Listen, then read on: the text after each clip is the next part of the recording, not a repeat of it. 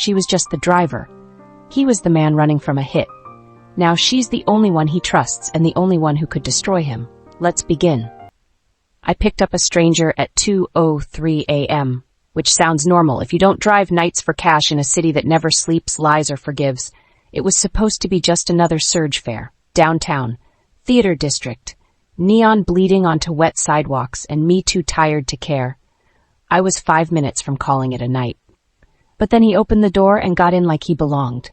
Black hoodie, blood on his temple, no words, just drive.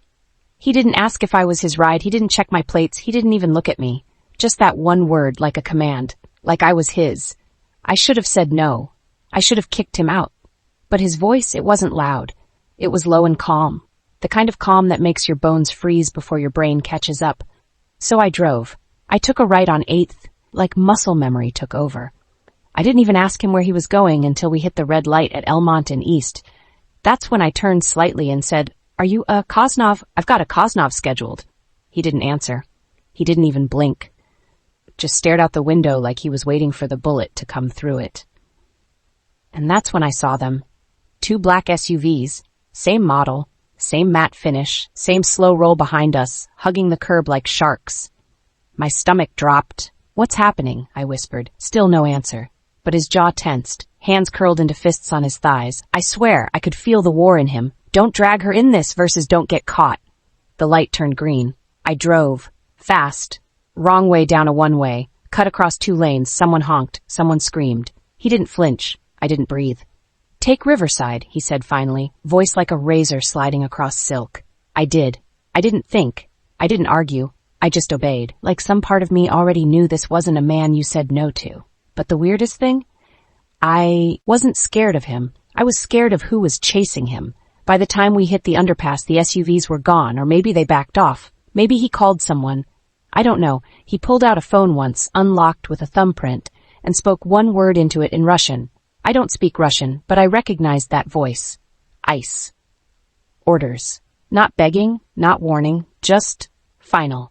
Then he turned to me for the first time and said, "Drop me at the gas station. Leave. Forget this happened." "Are you—" No questions. He didn't yell, didn't threaten, but my hands shook the second he got out. And the second he was gone, I drove straight home. Heart racing, palms sweaty, eyes in the mirror like they belonged to someone else. I didn't sleep that night, didn't tell anyone, didn't even tell myself. The next morning, my bank account lit up with a transfer. $12,000. No name, no notes, just a transaction ID and a single message attached. "Thank you." I stared at that message like it might explode. 12 grand. No strings? No way. Except there were strings. Because that night, I came home to my apartment ransacked. Drawers pulled out, kitchen chairs overturned, couch cushions sliced open, everything violated. Like someone had been looking for something I didn't know I had. And the worst part, there was no sign of a break-in. They picked the lock. They were quiet.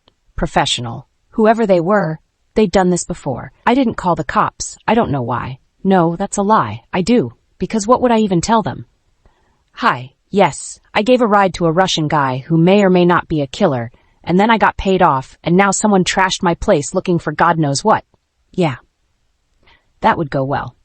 Instead, I cleaned up, sat in the middle of my ripped couch, and waited for something, anything, to tell me what the hell I was supposed to do next. And that's when I heard the knock. 3 slow taps. My door was still busted from the ransacking, but I had braced it shut with a chair and some cheap willpower.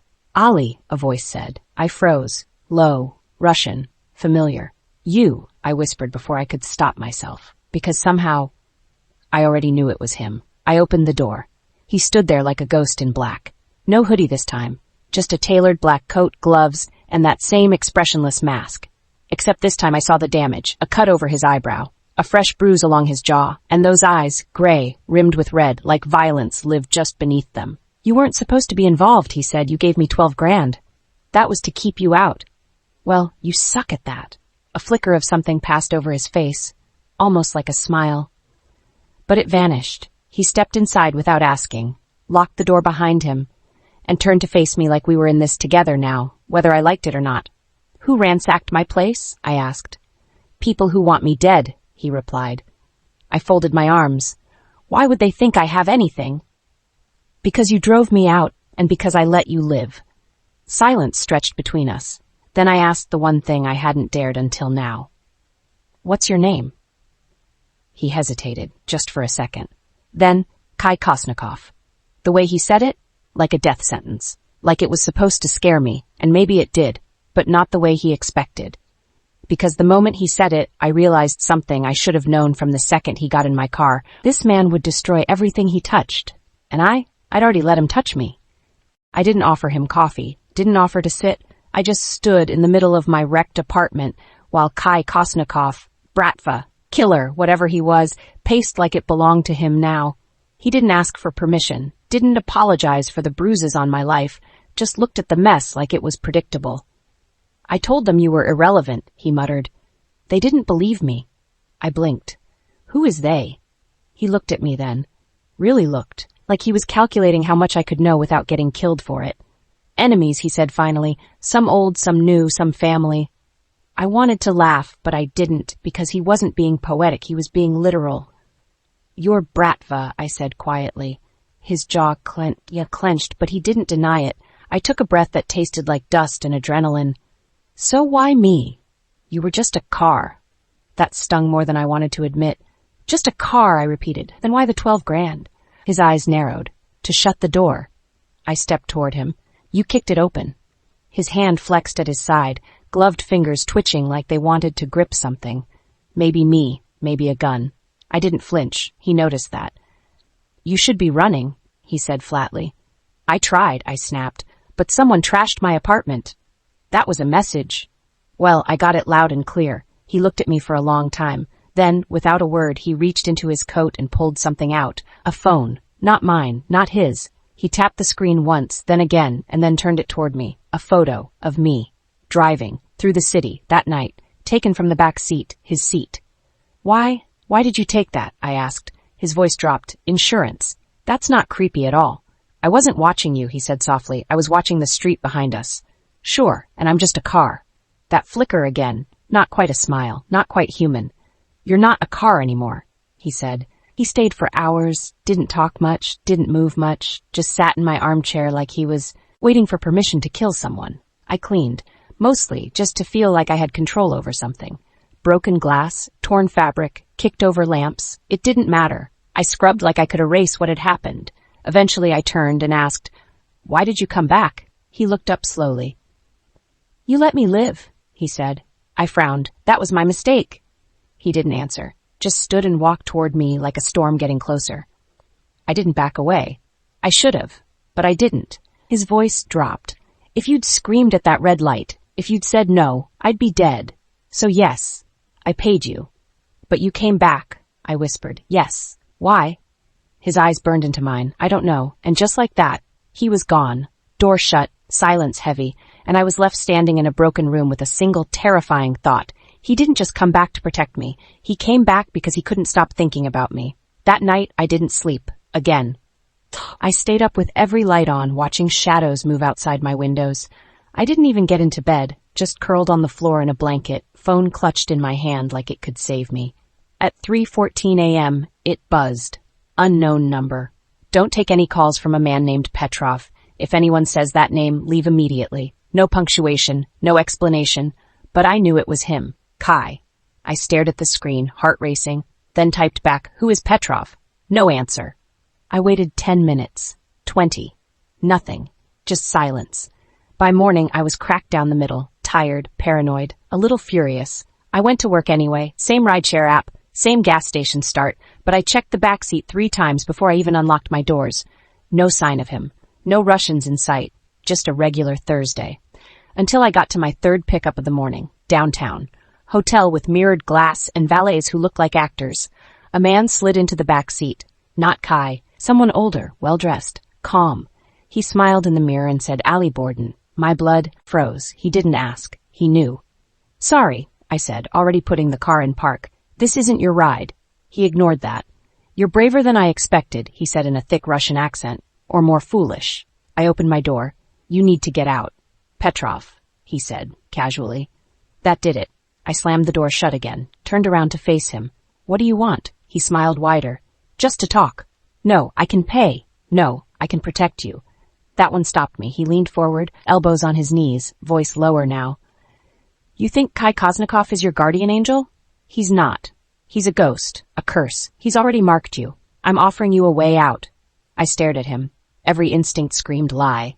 But then again, every instinct screamed when Kai walked into a room too. I'm not interested, I said. You will be. He handed me a card. Black. No writing. Just a red sigil.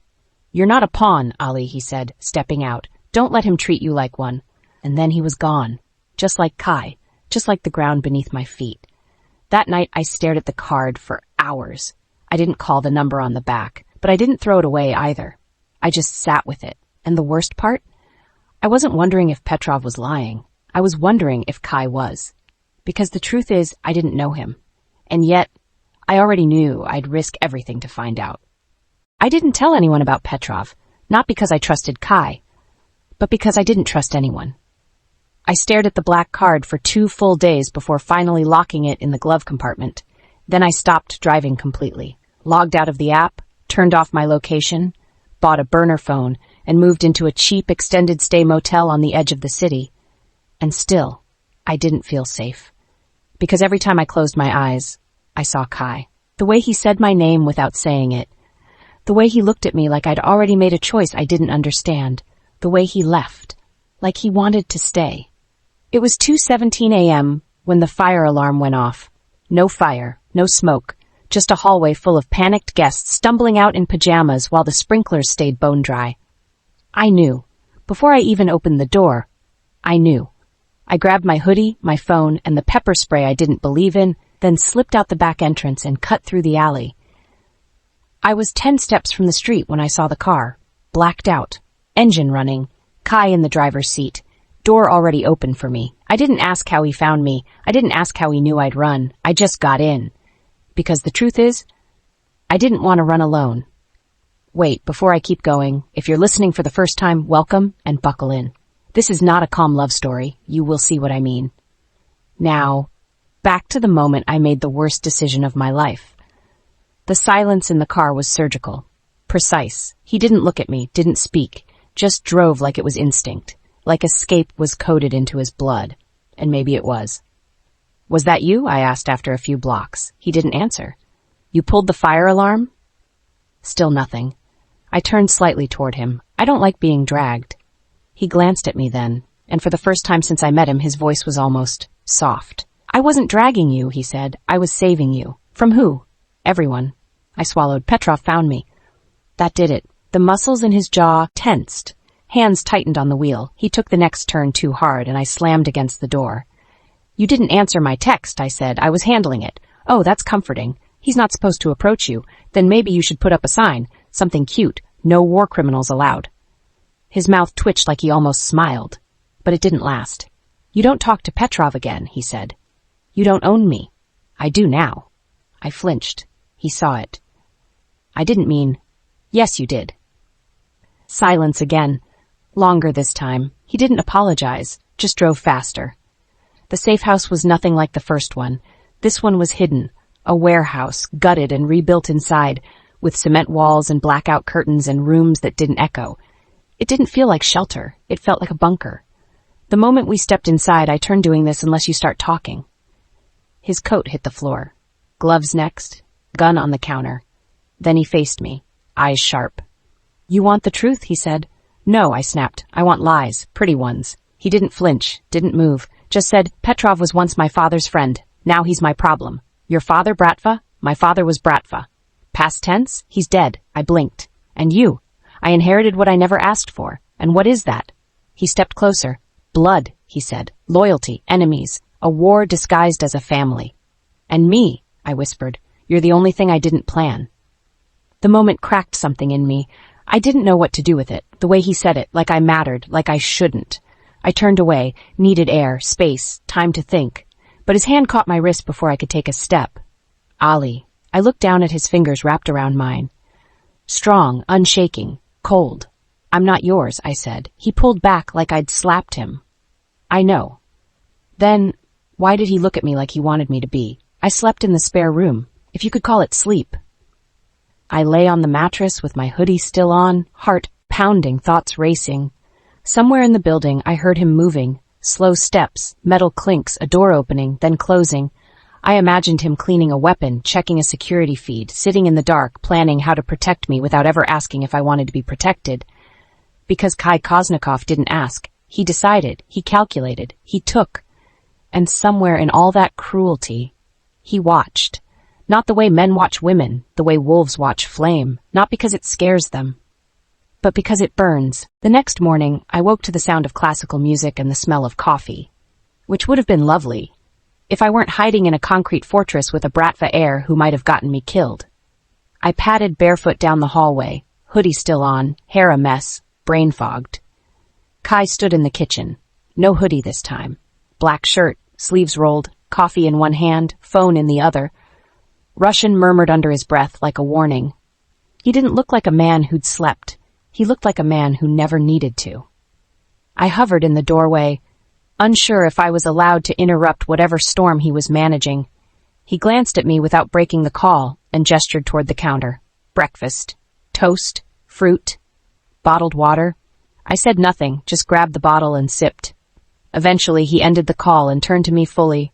They won't touch this safe house. Good morning to you too, I muttered. He gave me a look. Sharp.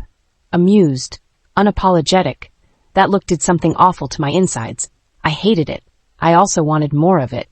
Later that day, he took me somewhere. Didn't say where. Just told me to get in the car and trust him. I shouldn't have. I knew that. But I did. Maybe because I'd already crossed the line. Maybe because he made silence feel like safety. The warehouse vanished behind us as we drove out past the edge of the city, past the suburbs, past the distractions, past the lies. We pulled into an estate built like a fortress. High stone walls, black iron gates, cameras tucked into every corner. Guards stood at attention when we rolled through. No uniforms. But no confusion either. They knew who he was, and they didn't question who I was. They just looked away, which somehow felt worse.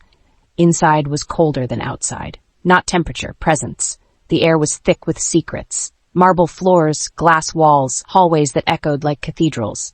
No family photos, no personal touches, just order, silence, control. This was my father's, he said, walking ahead. I followed him down the main hallway, catching glimpses of sharp-edged furniture and abstract art that looked like it had been chosen to confuse rather than inspire. You live here? I asked. Sometimes. Alone? Always. I hated how that word landed. I hated that it hurt. He pushed open a set of double doors. The room inside was darker, warmer. A private office, maybe. Books on the shelves, fireplace lit, and a wall of monitors glowing behind a hidden panel. Security feeds, city streets, safe houses, me. One of the feeds showed the warehouse bedroom I'd slept in last night. I stepped forward. You were watching me. He didn't answer. He didn't need to. You're insane, I whispered. I don't trust easily. That's not trust, I snapped. That's surveillance. It's protection. No, Kai, it's control. He turned to me, slowly. Eyes gray, quiet, lethal. I'm not asking you to like it, he said. I'm asking you to stay alive. We stood there in silence. Tension thick as blood. I should have walked out. Should have screamed. Should have run. But I didn't. Because there was something in his voice that wasn't cold. It was desperate. Soft. Almost afraid. Like he knew what he was doing wasn't forgivable. And did it anyway. I stepped away from the monitors and faced him. Why me? He didn't answer right away. Just looked at me like the question itself cost something. Then, because you didn't flinch. That's it? No, he said. But it's the part I understand. I stared at him. At the way he stood perfectly still, like movement might crack something open. At the way his jaw clenched like he was trying to stop himself from speaking again. He looked powerful, untouchable, unwilling. But behind all of that, he looked lonely. And I hated how much I saw myself in that. He drove me back to the warehouse at dusk, didn't speak much on the way, didn't play music. Just the hum of tires and the quiet weight of too many words left unsaid. When we pulled into the lot, he parked, but didn't get out. I turned to him. Do you ever turn it off? His hand tightened on the wheel. What? The part of you that sees everything as a threat. He didn't answer right away. Then finally, no. Not even with me? He turned his head. Met my eyes. No, he said again. But softer. Almost sorry. Almost. Inside, I went straight to my room, closed the door, leaned against it and breathed. Because what I'd seen today, what I'd felt, it wasn't just danger. It was gravity. This man was a force, and I was already too close to escape.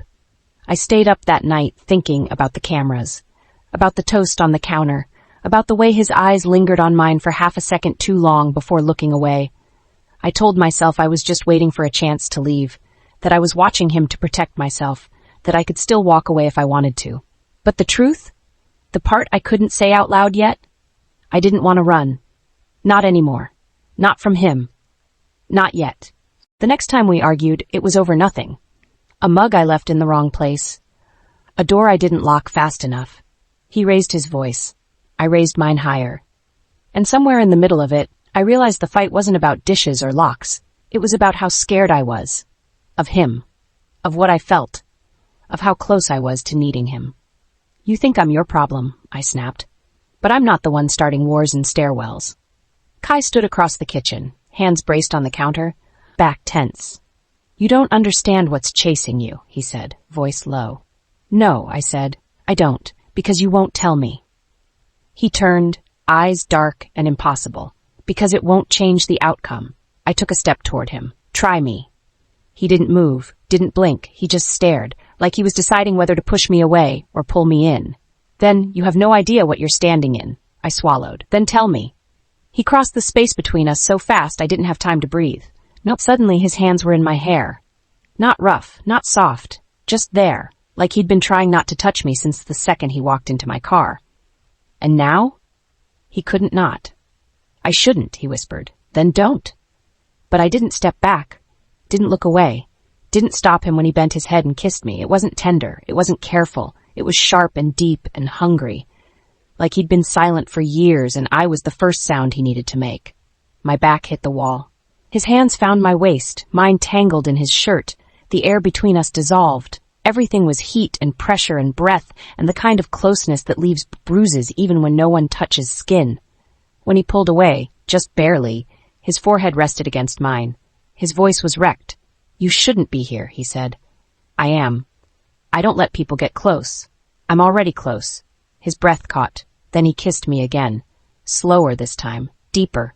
Like he was memorizing me. Like this wasn't about control or escape anymore. Just need. I didn't remember walking to the bed.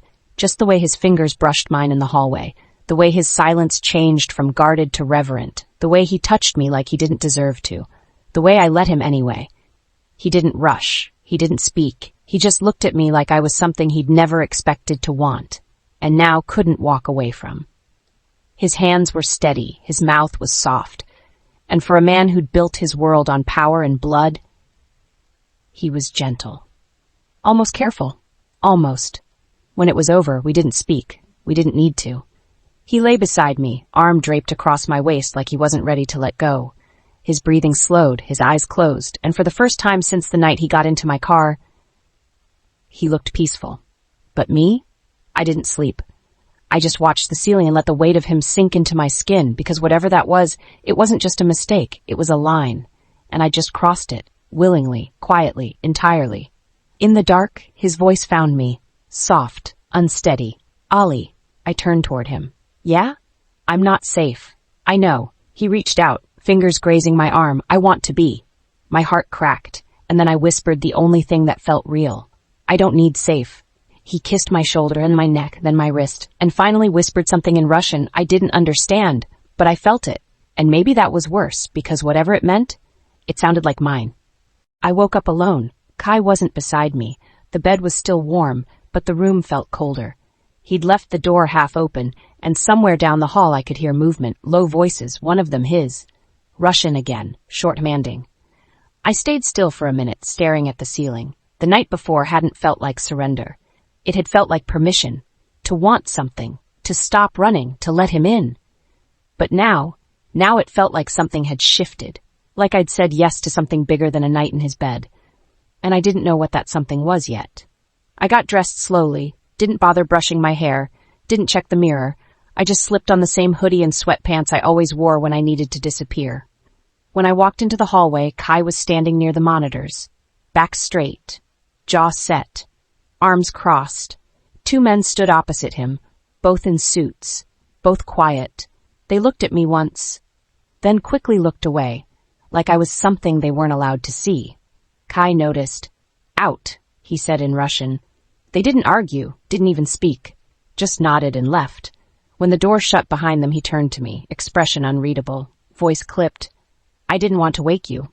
I figured, I said. He watched me for a second longer than necessary. Then, did you sleep? Not really.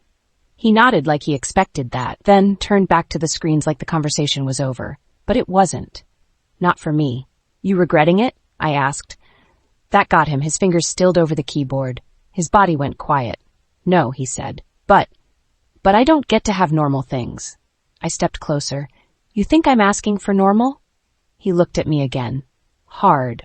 Long, like he was memorizing every part of my face in case this was the last time.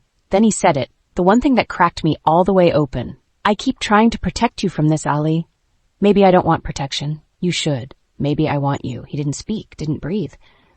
And I didn't take it back. Before I keep going, are you enjoying this, or are you yelling at me through the screen? Either way, do not leave me yet. You don't want to miss what's coming. Now, back to my mess. I waited for him to say something. Anything. But instead he stepped back, closed the door to the monitor room, and just looked at me, like I was breaking every rule he lived by, and he couldn't stop me. You don't know what Petrov wants, he said quietly. Then tell me. He wants leverage. Against you? Against everyone. He doesn't want to lead the Bratva. He wants to burn it down and rebuild it in his name. I swallowed. And you? I don't want it either, he said. But I can't let him have it.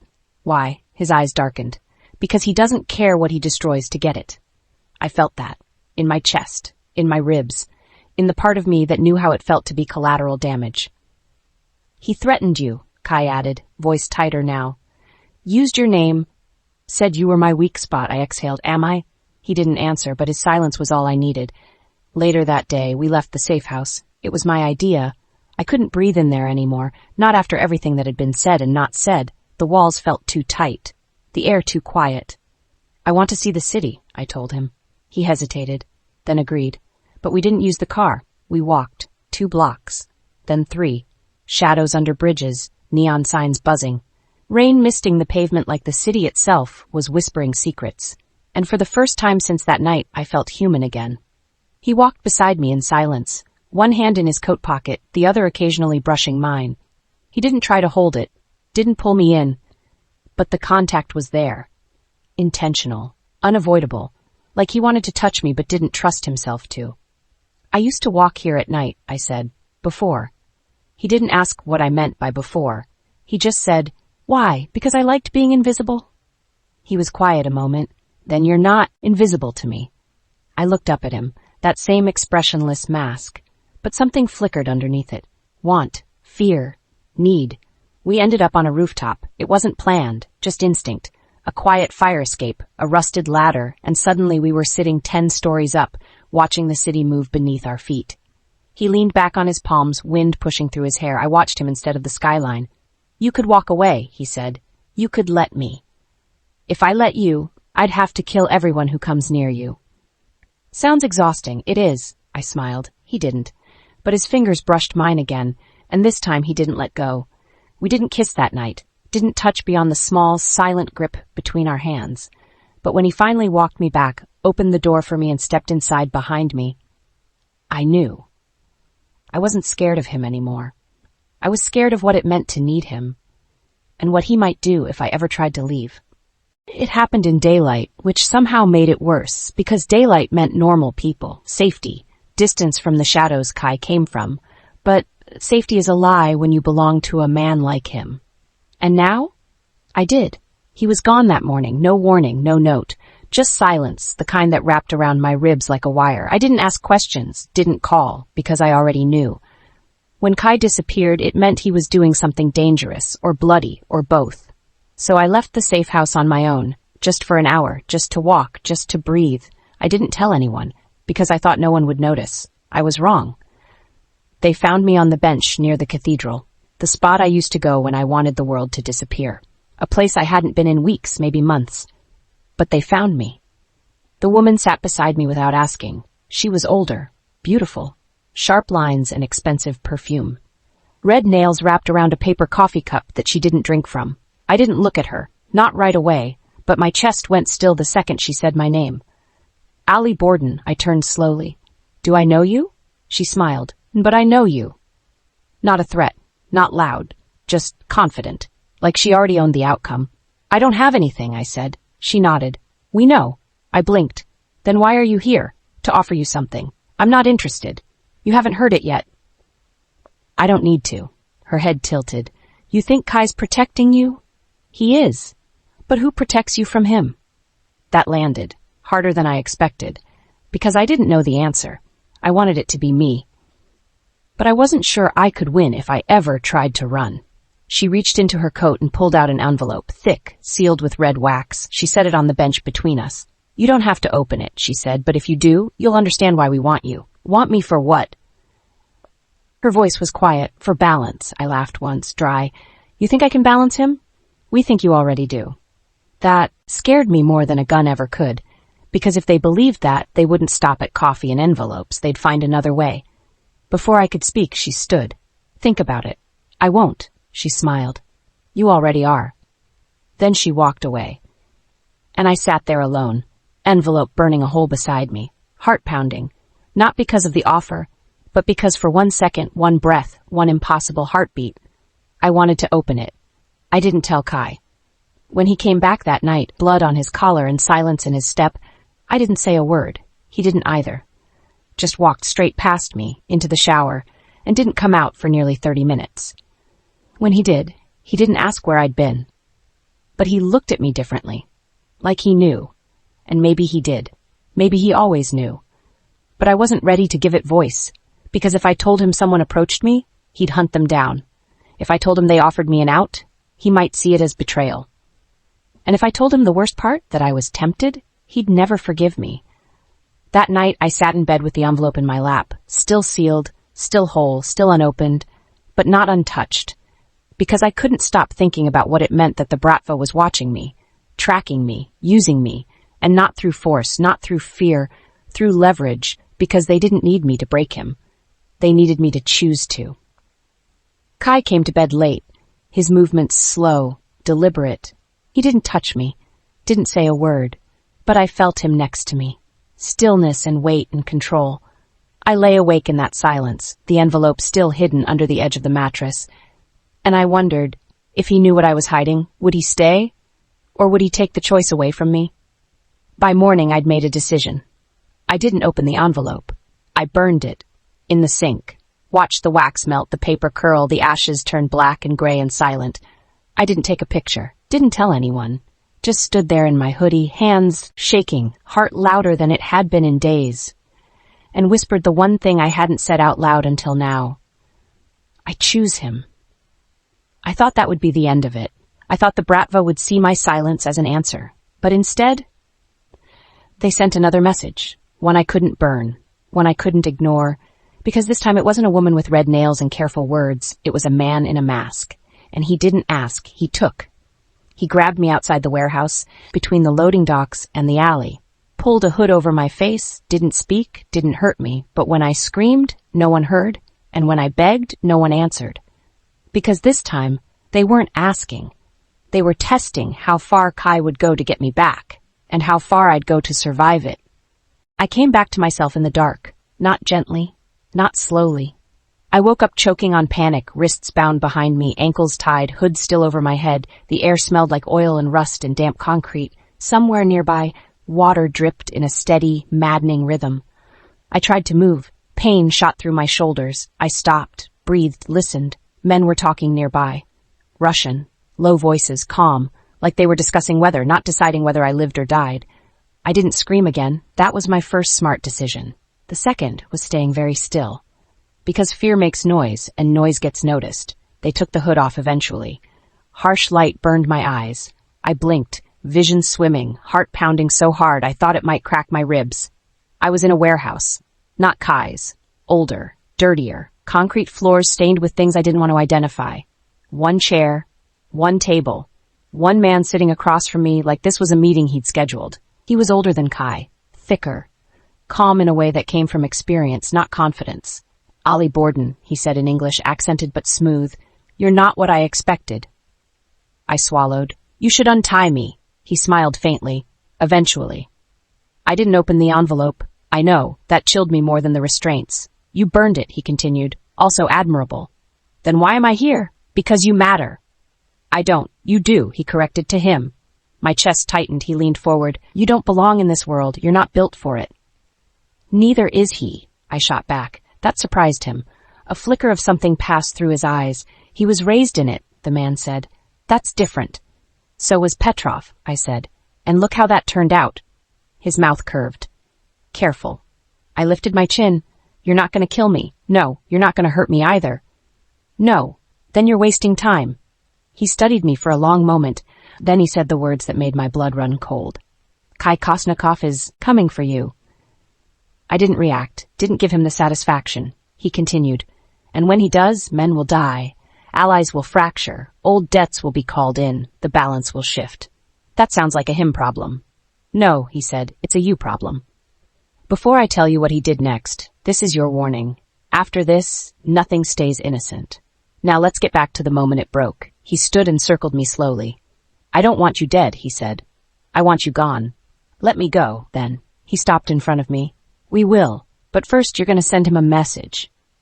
No, you don't have a choice. I always have a choice. He sighed like I was disappointing him. Then he snapped his fingers. A man stepped forward and placed a phone on the table. Unlocked. Open. Kai's name already pulled up. Tell him you're safe, the man said. Tell him you're leaving. Tell him not to come. My heart slammed against my ribs. You think he'll believe that? No, he said calmly, but he'll hesitate. I stared at the phone, at the screen, at the tiny space where my life still existed. I won't do it, I said. The man nodded once, then he did something unexpected. He cut the ropes. My arms dropped free, pins and needles exploded down my limbs. I gasped, biting back a cry. Walk away, he said. You leave now, we erase you. New name, new city, new life. And Kai? He survives, the man said. Eventually. He always does. I stood there, shaking. Free.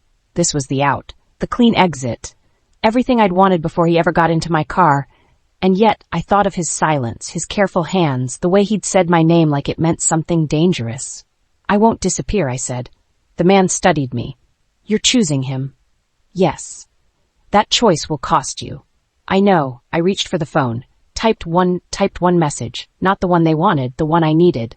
They have me. Warehouse by the river. Don't come alone. Then I hit send. The man swore under his breath. You just signed a death warrant, he said. Yeah, I whispered. Yours. The chaos that followed felt unreal. Gunfire, shouting, someone screaming in Russian. The lights went out. And then, silence. Heavy. Final. Terrifying. A door slammed open. Footsteps. Fast. Familiar. I breathed before I saw him. He was there. Blood on his sleeve. Gun in his hand. Eyes wild. Not cold. Not controlled. Unleashed. He dropped to his knees in front of me and cut the rest of the restraints with shaking hands. You're hurt, he said. I'm fine. His hands cupped my face. Searched. Counted. Checked. Then he pulled me into his chest so hard it knocked the breath from my lungs. I wrapped my arms around him. Held on.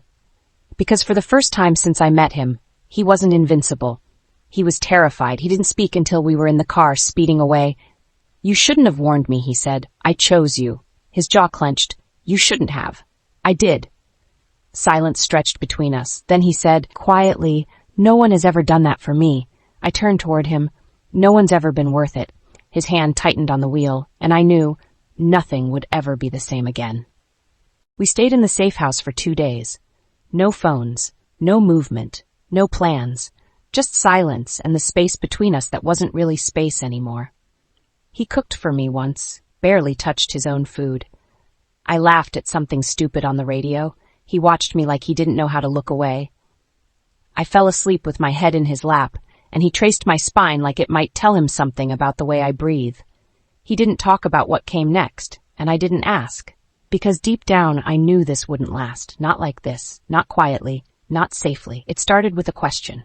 We were sitting on the cot again, legs tangled, lights low, the world paused outside the walls, and I said, softly, if I asked you to leave it all behind, would you? He didn't speak. Didn't move. But I felt the answer in the way his body went still. The silence stretched. And then, finally, no. Just that. No explanation, no apology, just the truth.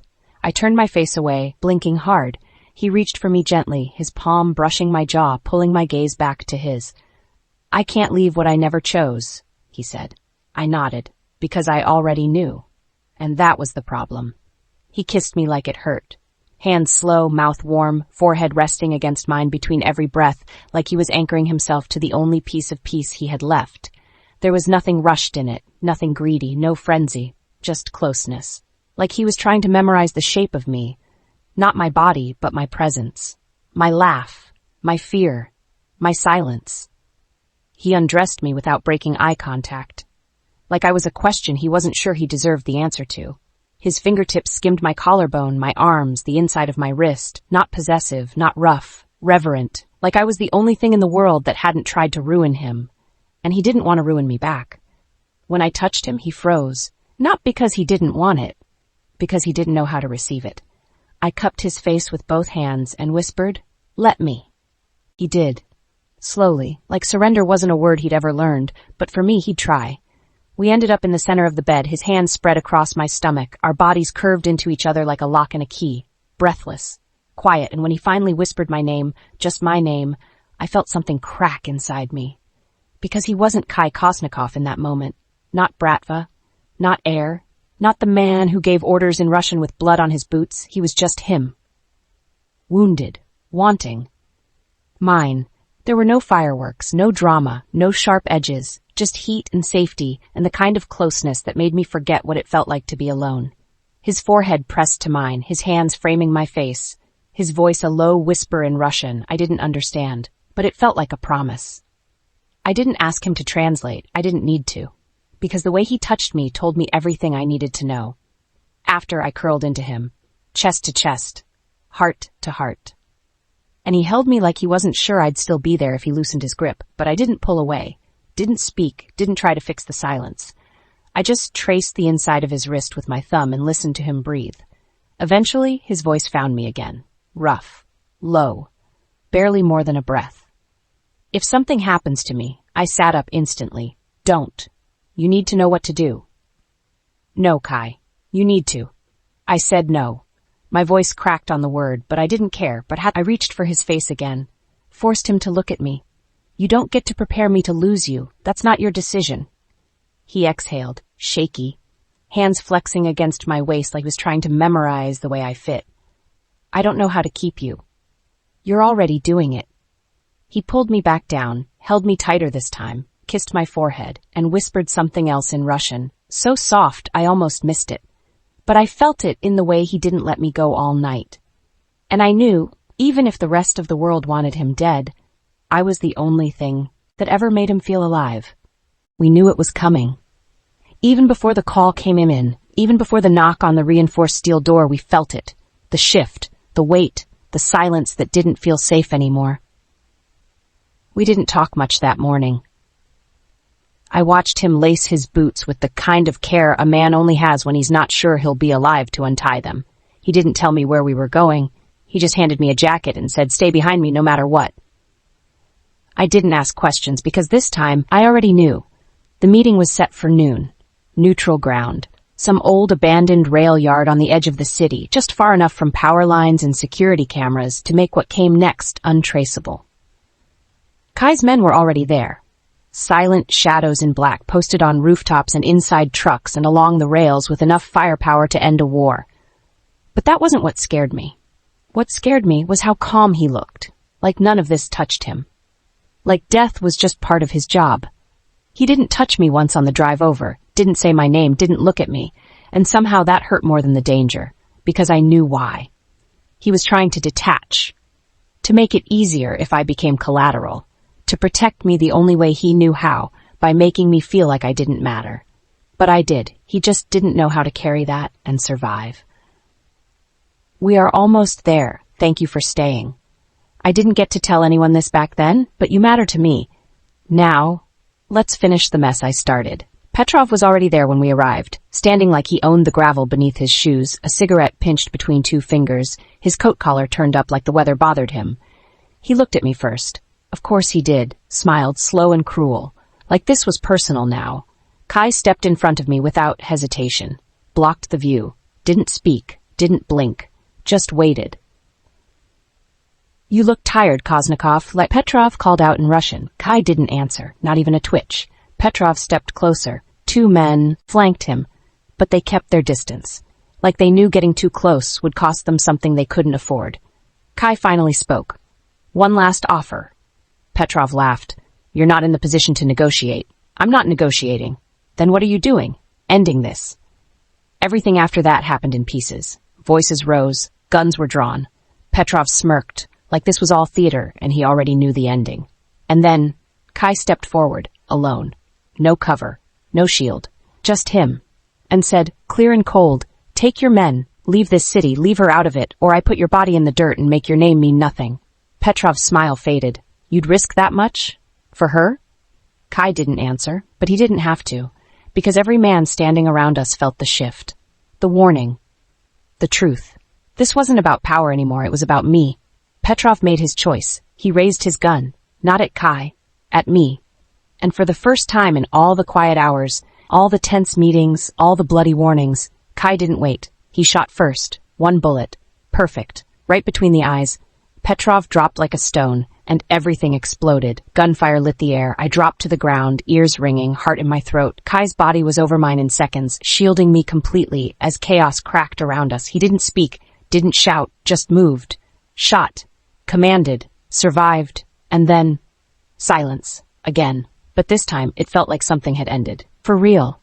He pulled me up slowly, checked me for blood, held my face in both hands like he needed to see me breathing. "You okay?" he asked. I nodded. "You?" "Not sure." I reached up, brushed something from his cheek, a smear of blood that wasn't his. "You didn't hesitate," I whispered. "I never will," he said. They cleaned up quickly. Kai didn't stay to watch, didn't give orders, didn't burn the bodies. He just took my hand, led me back to the car, and drove in silence until the city reappeared through the windshield like it had never changed, only we had. At a red light, he finally spoke. "You still want me to walk away from it?" I didn't answer, not right away, because I knew what that question really meant. He wasn't asking for permission. He was asking if I loved him enough to let him stay exactly who he was. So I reached over, laced my fingers with his, and said, "No, I want you to survive it." He turned to look at me. And this time he smiled. 3 weeks later, I woke up to sunlight instead of shadows, which felt like a miracle, considering I used to mark time by fear and silence, and how many people had tried to kill me that week. The city didn't feel different, but I did. Kai was already gone from the bed, like always. He never stayed still in the mornings. There were calls to make, alliances to manage, threats to defuse before they became blood on someone's floor, but this time he left something behind. A note on the nightstand scrawled in dark ink. "Coffee in the kitchen, no blood today, just business. K." I stared at the words longer than I needed to, because they weren't just logistics. They were effort. They were him learning how to stay. When I walked into the kitchen, he wasn't there, but the coffee was, poured, hot, waiting, and beside it, a single silver key. No note this time. Just that. A choice. The door was unlocked when I found him. His office, dark wood and glass, the weight of Bratva legacy built into the walls.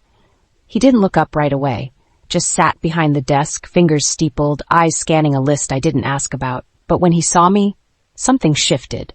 Not his posture, not his voice, just his presence. Like the cold inside him remembered how to melt.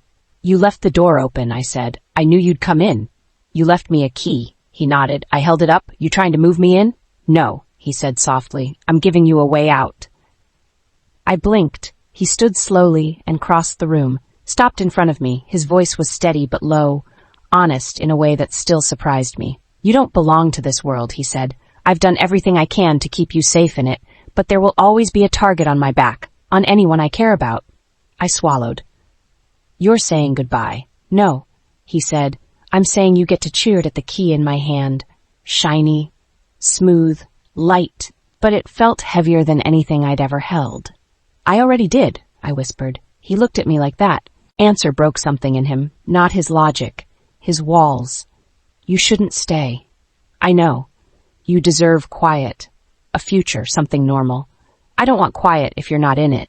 His jaw flexed, hands twitching at his sides like he wasn't sure if he should pull me in or let me walk away while he still had the strength. I stepped closer. "Let me stay," I said. He blinked once, hard, like that hit deeper than a bullet. We didn't kiss. Not yet. We just stood there, breathing each other in, letting the weight of the decision settle like dust. Then I said softly, "You get to keep your world, Kai. I'm not here to change it. I'm here to walk beside you in it." "You don't want to rule it?" I shook my head. "You already do. You just don't need a crown to know it." His smile, slow, quiet, real, was everything. We made love that night again, not like before. Not with fear or desperation or the ache of losing something you never thought you'd be allowed to want.